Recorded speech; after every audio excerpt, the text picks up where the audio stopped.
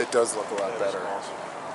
Hi everyone, Shane Stevenson, Director of Museum Collections and Curator here at the Buffalo Naval Park. We've got Brendan right behind me. Hey Brendan, and we've got everyone. Bill. So we've had some problems with editing here. We have some staff that are doing other things, and so this is going to be an unedited video of some of the updates that the crew has been diligently working on when Stephen and I were away on our trip. So we have some updates for you, and we're going to give those to you unedited. You're going to follow us around everywhere. But the first thing we'd like to talk about is what's going on the forecastle right here. We have some volunteers, let's see. And we got some painting going on. So yeah, there we go. Brendan, what's going on here? You're in charge of the volunteers here. I am. So So today we're starting repainting of the deck. So the main deck hasn't seen paint in a long time, and in the winter time it can be kind of treacherous. So what we're doing is we have a two-part paint that's appropriately shaded. We're putting that down, and then Joe is going along after that with, it's like metal shadings. It's a non-slip additive we add to the paint. So hopefully when everything's all dried and cured, we'll have a nice non-skid surface for everyone. and we were saying there's a lot of oxide in there, right? A lot of different oxides. A couple different dioxides. Right. Trioxide, yeah. quad oxides. It's heavily oxided. Right. Very good. So yeah, so this will be a non-skid that we're actually using across the whole deck, not just a pathway like we used to have. Yep. We're doing the whole deck from, starboard to port. The whole beam is getting done in this.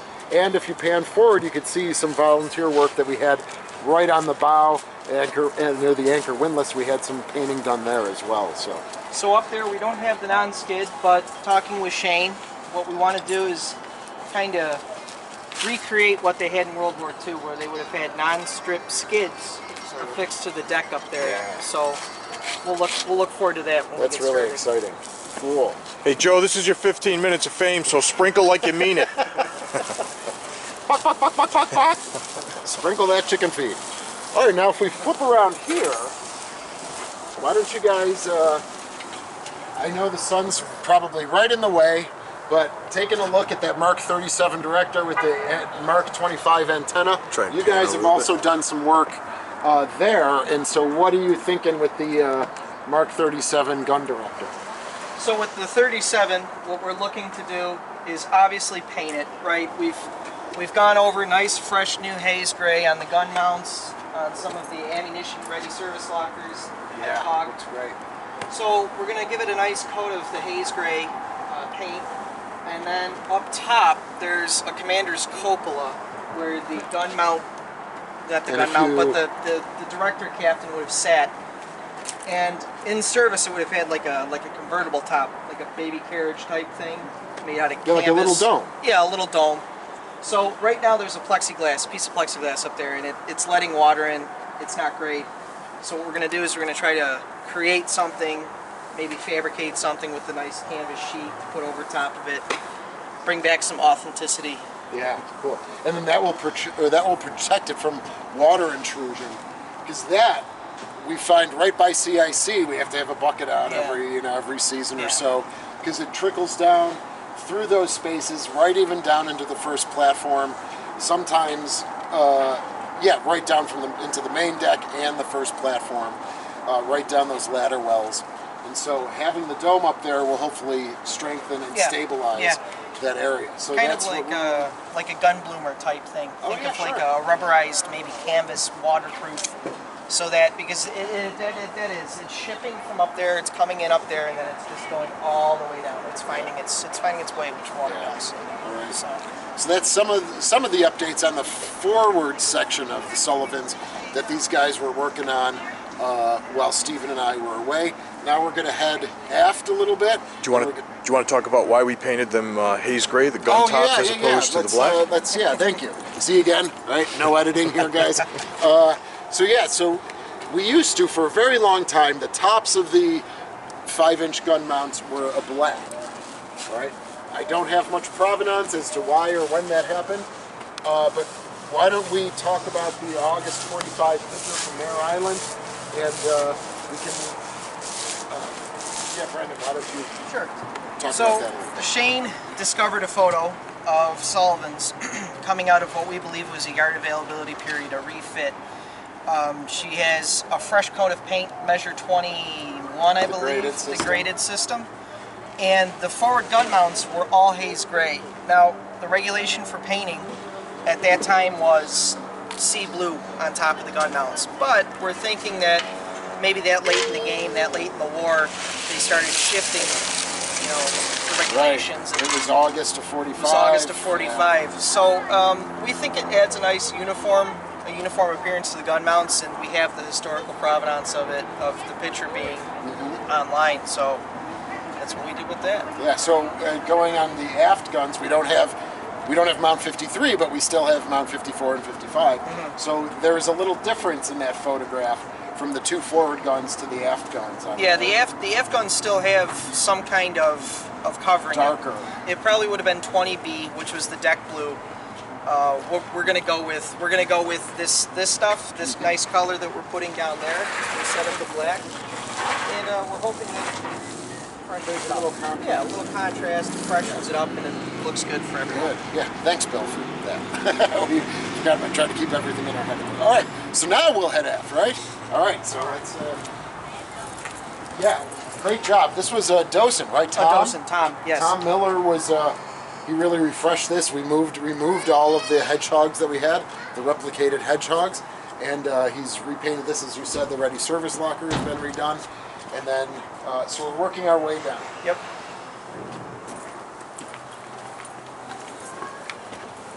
So we also have the deck house. The deck house has gotten nice new haze gray. Looks nice. Looks fresh. She's fresh.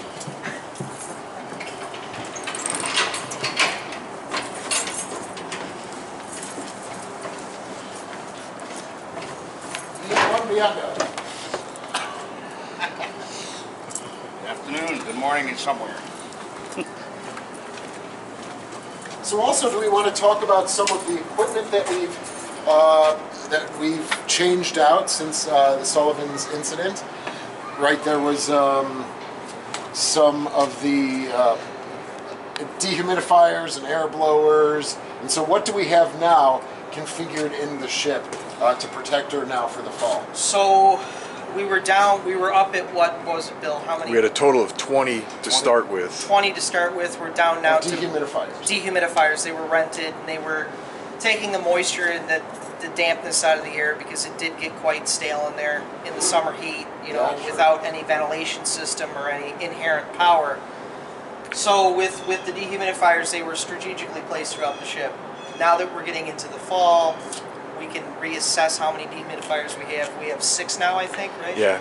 Rather than pay, there was a monthly rental fee that was a pretty sizable fee, and when we calculated out the math, it made sense for us to buy 6. And DeVal Safety was generous in offering us a price that we could afford with the funds we had available. And in addition, it's important that we have air movers circulating that air so that the dehumidifiers can work as effectively as they can. And they donated a couple of those as well. So we have 4 of those.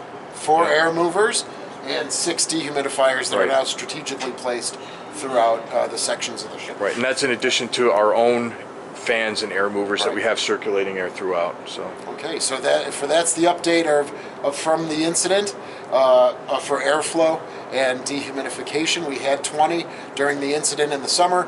Now that it's fall, we've reassessed and said we have 4 air movers and 6 dehumidifiers. Right. Graciously, some of the materials the equipment was donated by DeVal Safety, a local company here, a local office here. And that was in consultation too with experts in the field, marine surveyors, people that have a long track record of success with museum ships, and the things that have to happen in order to preserve them better. So it wasn't we're not spitballing. We're turning to the best people in the business, in the industry, and they're giving us advice on how we can move forward, and we're taking that to task. So.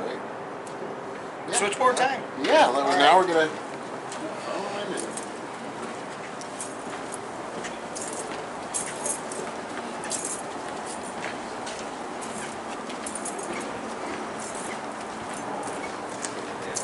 We're going to talk about the transformers a little bit.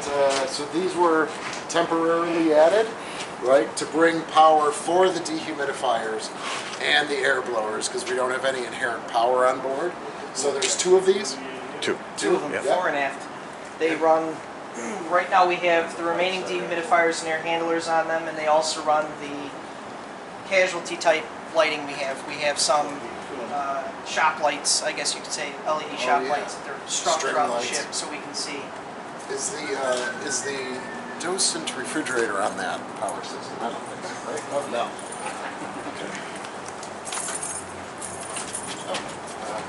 Or do you want to go through docent and look? No, we'll go ahead. Okay.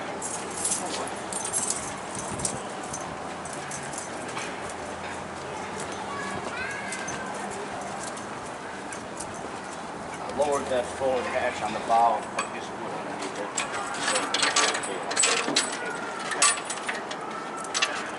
Right here, Shane. Oh. All right, guys. Don't forget your keys. Yep.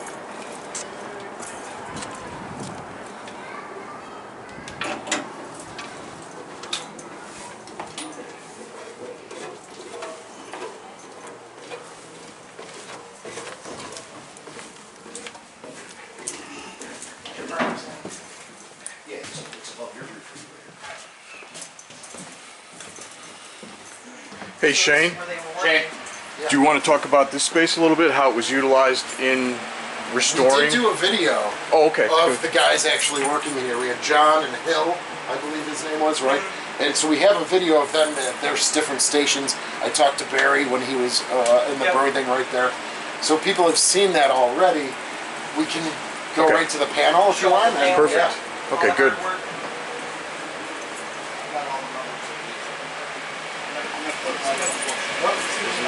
There's one of the dehumidifiers.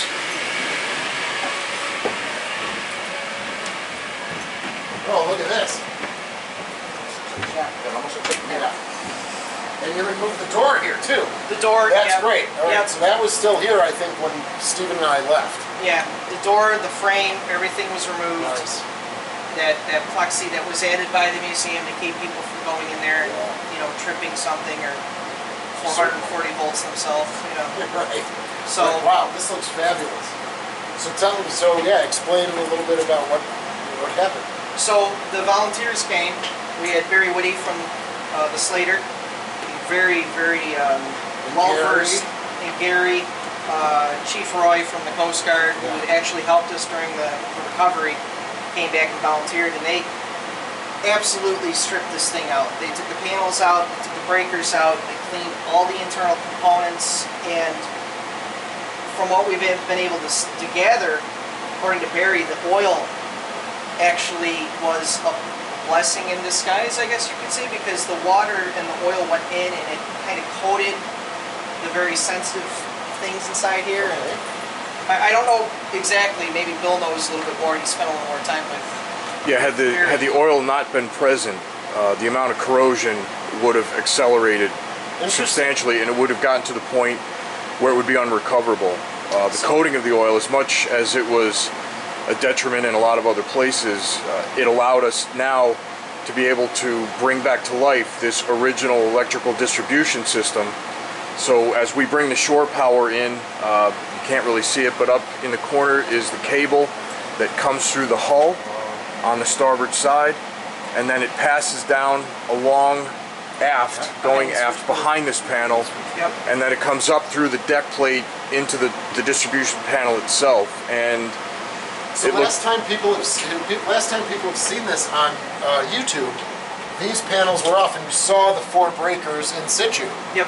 They've now been removed, and now they're placed back. Yep. Right. And like these, they're fresh and cleaner. And I think they might have replaced 1 or 2 that took them from somewhere else, an unused breaker to put into this board to make this. It's important that this one runs. Yes. and Yeah, its counterpart. the larger panels down here. Go ahead, sorry. No, it's okay. It was the larger panels down here that were damaged when the ship went down. There were some.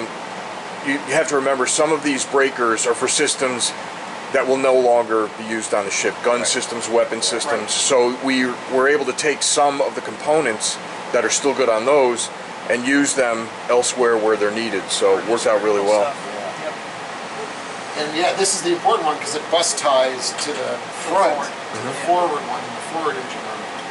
Yeah, this, I mean, for you guys on YouTube, you've watched when we came down here and it was total darkness and there was the big plastic covering over it. You can tell the difference. I've removed all of the plates, the face plates, so those have been cleaned. Hopefully you've seen that in a video with the preservation side of it on the Little Rock. So now we can insert those again. And yeah, this is a very positive step and something that should make us feel good. This was a victory for us. And working with Barry and Gary and other experts that we bring on board, we feel pretty confident that we can have this back. Yeah, everybody's been great. It's been really, the outreach that you get through the museum ship community has been fantastic. Everyone's come on board. They've helped us. They Yep. realize we had a serious incident, and it really shows the community that we've built, that have been built with other museum ships. And yeah, we can't thank you enough. And with Barry was he was the engineering officer, and by training he's an electrical engineer. We can proceed through this process safely, step by step, using measuring everything before any component is placed back in. And there's a lot of confidence that comes with that as we operate under his guidance and the guidance of other people who are technically trained to do this type of work. That makes a huge difference. I'll take the camera. Because you guys are going to, ooh, that light is right there. You guys are going to kind of return the favor and do a little work in Slater, right? Correct. When is that coming? Is that coming up, right? So that is next week, right? Next week I'll be in Houston. Next week. Oh, the week and after. Then, yeah. The following Monday and Tuesday we're going to go to the Slater. They have a work week, semi-annual work week, and for all they've done for us, it's just we can't thank them enough. The very least we can do is go and help them to preserve their ship, which is really they set the bar in terms of what can be achieved with the museum ships, and they have the expertise, and they've been lending that to us, so we're achieving things that we wouldn't be able to otherwise. So this is the best way that we can give back is to do a little bit of bull labor, slap some paint where they need it, clean things that don't involve expertise and or breaking. Yeah, and it's that, I love it, it's the New York connection, right? The New York State connection. Of course, there's the Intrepid, but upstate New York has the Slater and our 3 ships, and it's great to have that partnership. Yeah. Working with Tim and Shanna during the conference, we had a lot of great talks. Okay, so we're going to sign off, and thanks everyone. I hope you enjoyed this kind of impromptu update. No edits, we're coming to you raw. Is that right, Brendan? Raw? Okay. Unedited and raw. All right, and we'll see you again soon, and thanks for watching, and thanks for all your support. Take care, everybody. Bye, everyone. Have a good one.